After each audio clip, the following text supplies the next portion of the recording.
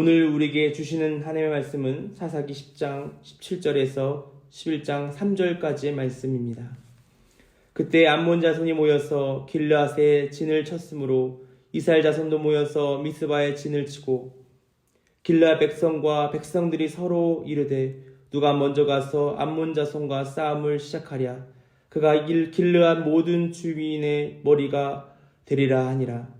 길르앗 사람이 있다는 큰 용사였으니 기생이 길르앗에서 낳은 아들이었고 길르앗의 아내도 그의 아들들을 낳았더라.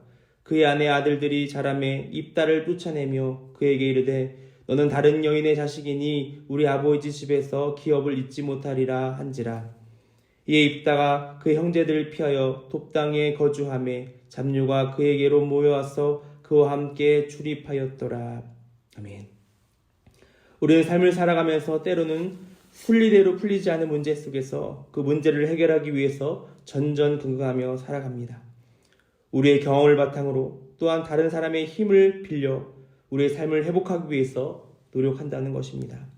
우리는 그럴 때에 하나님의 백성으로 인간의 지혜로 그 문제를 해결하기보다 하나님의 은혜를 간구하며 하나님께서 어떻게 일하시는지를 기도와 간구로 나아가야 됩니다. 그럴 때에 하나님의 권세와 능력이 우리의 삶을 다스리고 결국 하나님께서 일하심을 우리는 바라보게 된다는 것입니다.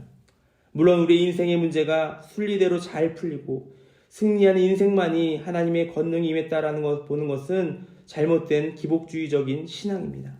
즉 인생의 성공이나 평탄함과 같은 그런 상황이 하나님의 능력과 권능이 또한 그 인도하심이라 말할 수 없다는 이야기입니다.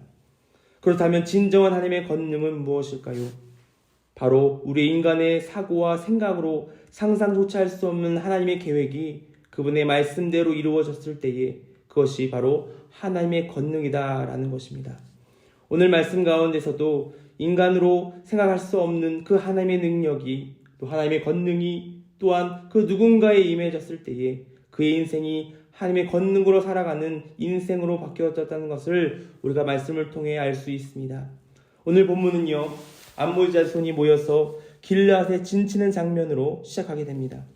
암몬 자손이 길르앗에 진을 쳤고 그 다음에 이어서 맞서 이스라엘 자손도 미스바에 진을 치는 모습을 볼 수 있습니다. 이 장면을 이해하기 위해서는 먼저 암몬 자손에 대해서 우리가 살펴보아야 합니다.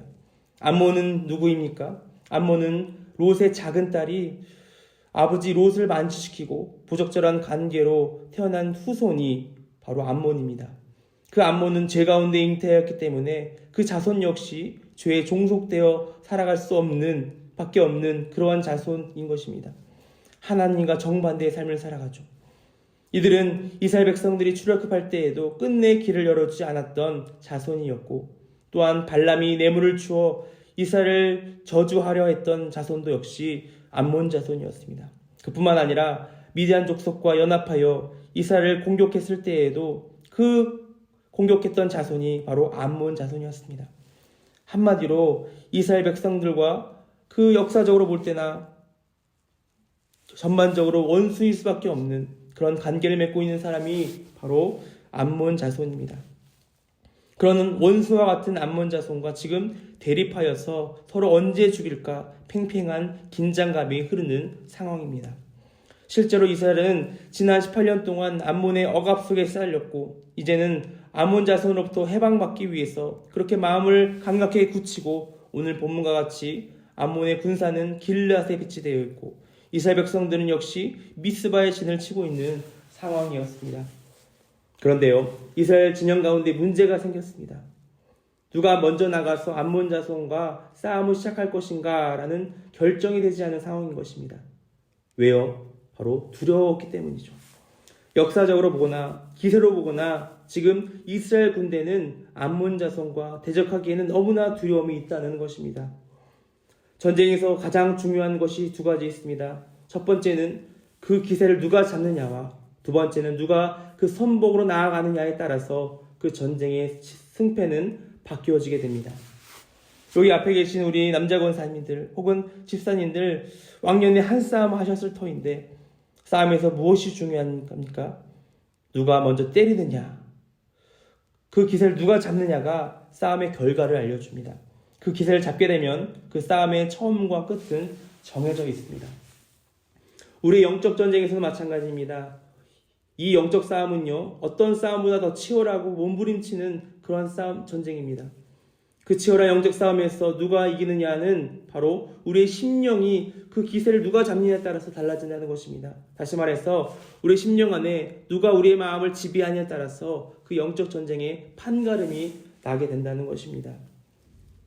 이러한 이야기가 있습니다. 어느 인디안 추장이 자신들의 후손을 다 불러놓고 이러한 이야기를 들려줍니다.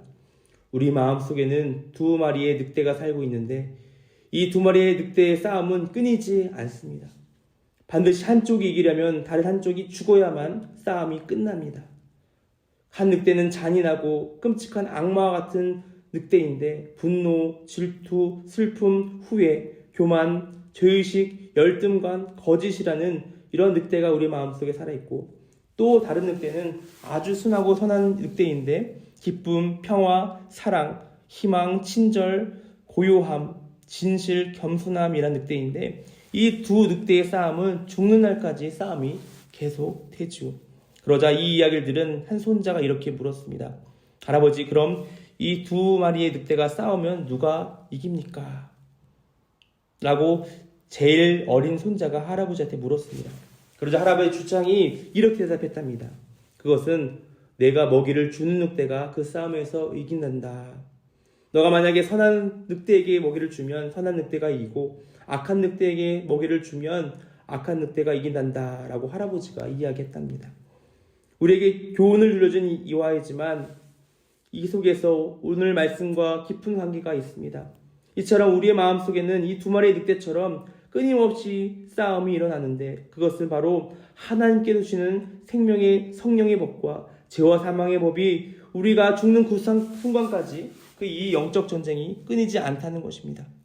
그런데요, 이 영적 전쟁에서 누가 이기느냐? 바로 우리의 마음, 우리의 의지를 내어주는 것이 바로 이 영적 전쟁에서 이기게 된다는 것입니다.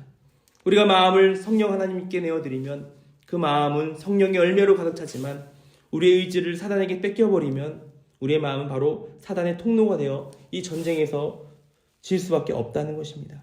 그래서 우리가 영적 싸움에서 누가 먼저 싸움을 걸고 그 기세를 잡느냐가 우리 마음 중심 속에 어느 것을 향하느냐에 따라서 그 결과가 달라진다는 것을 믿으시길 바랍니다. 오늘 말씀 속에서도 그 전쟁의 기세를 잡기 위해서 누가 등장합니까? 그야말로 정말 위기에 빠진 이스라엘에게 승리를 가져다 줄 그 누군가가 필요했는데 그 인물은 바로 오늘 말씀 속에서 언급되어 있습니다. 오늘 말씀 1절 말씀이죠. 길르앗 사람 입다는 큰 용사였으니 하나님의 권능이 임하여 이스라엘 백성들 구원시킬 인물이 필요하는데 그 인물이 바로 오늘 말씀에 입다라고 말씀하고 있습니다. 11장 말씀을 시작하면서 드디어 하나님께서 이스라엘 위에서 예비하신 새로운 사사가 등장하는데 그 사람은 바로 길르앗 사람 입다였습니다.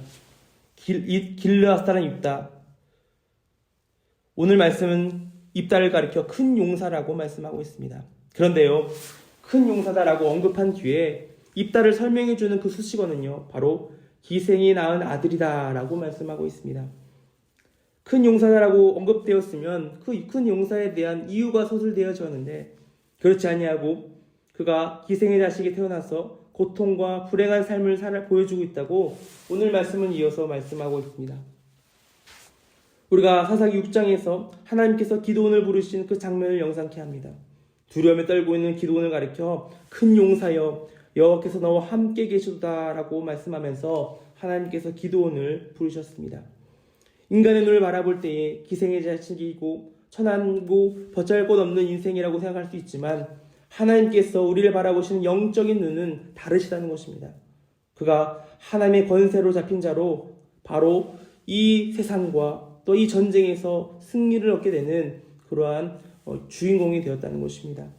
아무리 우리의 환경과 여건이 최악인 상태일지라도 하나님께서 함께 하시면 하나님의 권능이 우리와 함께하면 그 인생은 바로 하나님과 동행하는 또 그런 승리의 인생을 살게 되는 것을 믿고 나아가시길 간절히 바랍니다. 사도행전 1장 8절 우리가 너무 잘 아는 말씀이죠. 오직 성령이 너희가 임하시면 너희가 권능을 받고 예루살렘과 온 유대와 사마리아 땅끝까지 이르러 내 증인이 되리라 하시니라. 오직 성령이 너에게 임하시면 우리가 권능을 받게 되고요. 그 이후에 나의 삶은 어떻게 변하게 됩니까? 내 증인이 된다라고 말씀하고 있습니다. 여기서 증인이 된다는 말은 그 어원이 순교자라는 의미를 나타내고 있습니다. 우리가 영원한 하나님 나라에 임하였을 때에 이 순교의 면류관, 이 순교의 상급이 얼마나 영화롭고 또 영광스럽다고 말씀하고 있는데 그것을 받게 된다는 것입니다. 하나님이 우리와 함께하는 인생을 살게 되면 우리는요, 하나님을 위해서 죽을 수 있는 그 순교자의 믿음이 생겨나고요. 그뿐만 아니라 그 이후에도 우리가 하나님 나라에 임하였을 때에 하늘의 의의 면류관이 우리를 기다리고 있다는 것을 믿으시길 바랍니다.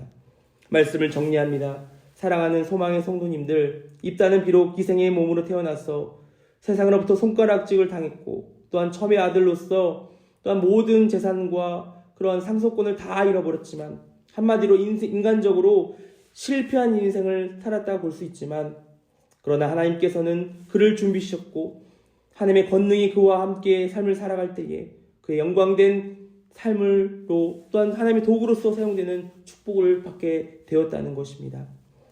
우리 하나님은요, 우리의 배경과 우리의 잘남을 바라보시는 분이 아니라 우리의 중심을 바라보시는 분임을 믿으시기를 바랍니다. 우리가 하나님의 권능 가운데 살아갔을 때에, 다시 말해서 주께서 주신 사명대로 살아갔을 때에 우리 하나님께서는 우리에게 능력 있는 삶을 살아갈 수 있는 축복된 길을 열어주신다는 것을 믿으시길 바랍니다.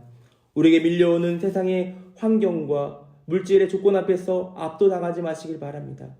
우리 하나님께서 함께 하신다면 그의 영적인 권능이 얻는 순간 우리의 인생은요, 바로 하늘에 속한 사람으로서 바로 능력 있는 삶을 살아간다는 것을 믿으시기를 바랍니다.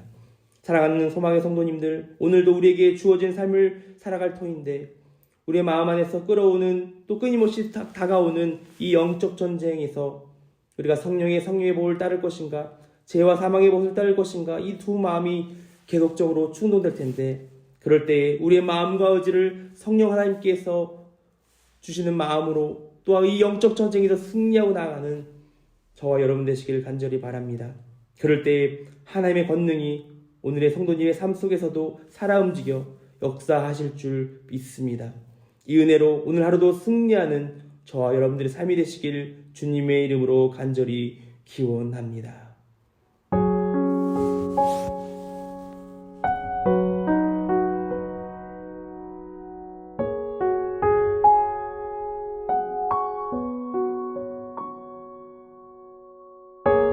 예수 열방의 소망, 예수 우리의 위로자, 주는 온 땅에 영원한 소망, 예수 어둠 속의 빛, 예수 변함없는 진리, 주는 온 땅에 빛이 되시네. 우리 위해 죽으시고 다시 사신 생명의 주, 우리 위해 죽으시고 다시 사신 생명의 주, 주님만이 소망이요 변함없는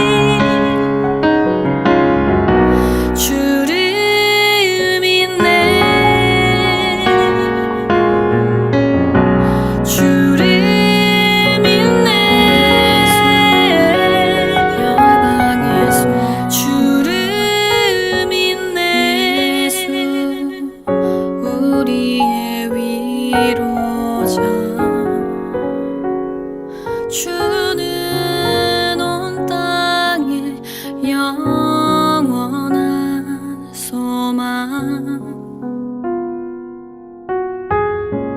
예수 어둠 속의 빛, 예수 변함없는 진리.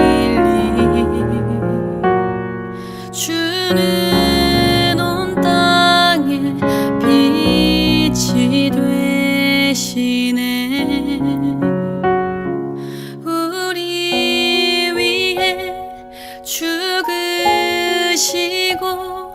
다시 사신 생명의 주, 우리 위해 죽으시고 다시 사신 생명의